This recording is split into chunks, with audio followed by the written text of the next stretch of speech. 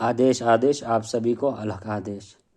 तो आज का विषय है कि षठ कर्म का प्रयोग कब और कैसे किया जाता है, यानी कि किस तरह के कंडीशन आने पे षठ कर्म का कौन सा प्रयोग किया जाता है। तो सबसे पहले बात करते हैं शांति कर्म की। शांति कर्म का अर्थ होता है कि किसी भी तरह के उपद्रव को शांत करना। जैसे आप ले लीजिए किसी ग्रह का किसी व्यक्ति के ऊपर बहुत दुष्प्रभाव है, मान लीजिए जैसे राहु या शनि का है, तो जब वो बहुत ज़्यादा प्रभाव करता है, उस आदमी को परेशान करता है, तब उसका अनुष्ठान किया जाता है, जिसको साधारणतः हम लोग नवग्रह शांति कहते हैं। या फिर मान लीजिए किसी का घर है, उसके घर में बहुत भयानक उपद्रव मचा हुआ है, उसका किसी भी प्रकार से करके कोई लाभ नहीं हुआ अनुष्ठान करके, तो आखिरी में तंत्र का शांति कर्म चलाया जाता है, जिसके अंतर्गत उस ज़मीन का पूजन होता है, ज़मीन को शुद्ध किया जाता है, उधर शक्तियों को बिठाया जाता है। तो अगला है वशीकरण। वशीकरण का अर्थ होता है कि किसी को अपने वश में करना। वश में करना मतलब ऐसा नहीं है कि किसी को जैसे हिप्नोटाइज कर दिया जाए। वश में करना यानी कि आप कुछ भी कहें तो वो उसका कटाक्ष ना कर पाए या आपके विरुद्ध ना जा पाए।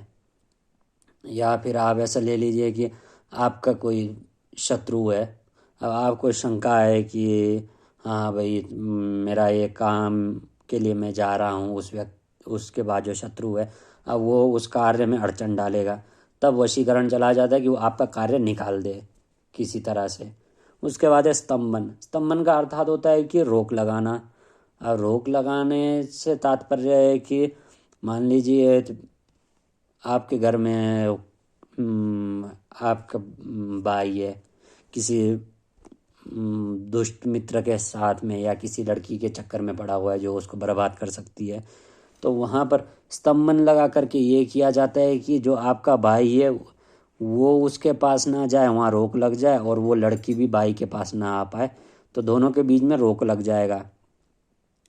और दूसरा इसका प्रयोग पहले किया जाता था युद्ध में। युद्ध में कैसे कि सामने वाले की सेना के ऊपर स्तंभन प्रयोग करके उसकी सेना को रोक दिया जाता था वहाँ पर। अब उसके बाद आता है विद्वेषण। विद्वेषण का अर्थ होता है लड़ाई करवाना। लड़ाई करवाना कैसे कि आप मान लीजिए आपके दो शत्रु हैं, आप अकेले और सामने के पक्ष में दो शत्रु हैं जो आपके विरुद्ध खड़े हैं, तो अब वो दोनों मिलके काम कर रहे हैं आपको नुकसान करने के लिए। तो उसमें क्या किया जाएगा कि उन दोनों के बीच विद्वेषण प्रयोग करके आपस में लड़ा दिया जाएगा कि वो दोनों आपस में लड़े और लड़ते लड़ते खुद ही आपस में निपट के ख़त्म हो जाएं, यानी कि वो लोग आपस में बर्बाद हो जाएं लड़ झगड़ के और आपके ऊपर ना आ पाए। अब उसके बाद आता है उच्चाटन। उच्चाटन का अर्थ होता है कि किसी का किसी दूसरे के ऊपर से मन उठा देना। अब उच्चाटन का ज़्यादातर प्रयोग होता है आपका इसमें, जैसे मान लीजिए दो प्रेमी हैं, अब वो दोनों अलग अलग जाति के हैं उदाहरण के तौर पर। अब ये तो संभव हो नहीं सकता कि उन दोनों का विवाह हो सके, अब उन दोनों को अलग भी करना है, तो अब कानूनी तौर से आप कुछ कर सकते नहीं क्योंकि इंटरकास्ट मैरिज लीगल है। तो उसमें क्या कराया जाएगा कि उन दोनों के बीच में लड़ाई, एक तरह से उन दोनों का मन ही उठा दिया जाएगा एक दूसरे से और दोनों अलग हो जाएंगे किसी भी तरह से। दोनों को नुकसान भी नहीं होगा, वो अलग भी हो जाएंगे और आपका काम भी हो जाएगा। अब अंतिम में आता है मारण। अब मारण का प्रयोग है, ये सबसे रेयर प्रयोग है जो मतलब बहुत ही कम प्रयोग में लाया जाता है मारण को। अब ये कैसे कम प्रयोग में लाया जाता है कि मारण चलाने के लिए बहुत सारे नियम हैं।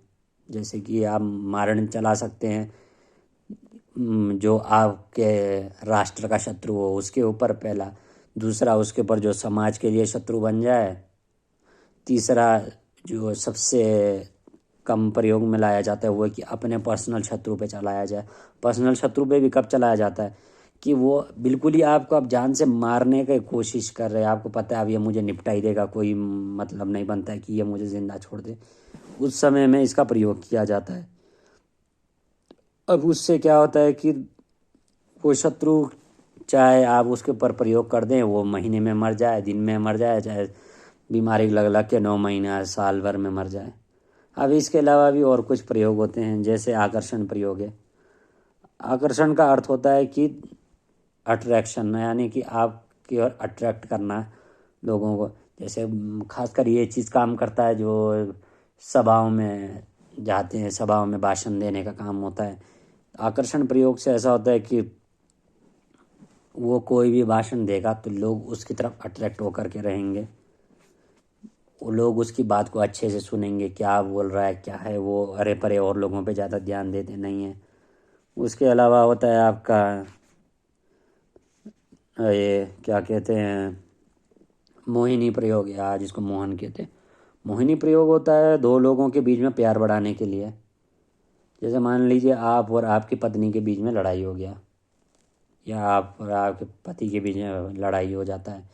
अब लड़ाई को शांत तो करना है। अब मान लीजिए किसी ने तंत्र प्रयोग ही किया है, तो उसमें क्या होता है कि खाने पीने के ज़रिए या सीधा ही मंत्र के ज़रिए या कुछ छिड़कने को दिया जाए, उसके ज़रिए मोहिनी को प्रवेश कराया जाता है दोनों के शरीर में।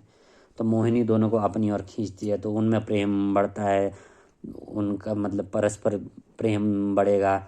और ये लगाइए कि दोनों के बीच अट्रैक्शन भी बहुत तेज़ होता है। और बाकी षटकर्म का अगर आगे विभाजन कर दिया जाए तो ये 9 तरह के कर्म बन जाते हैं लगभग। तो आज का विषय यही था। तो आप सभी को आदेश आदेश अलख आदेश।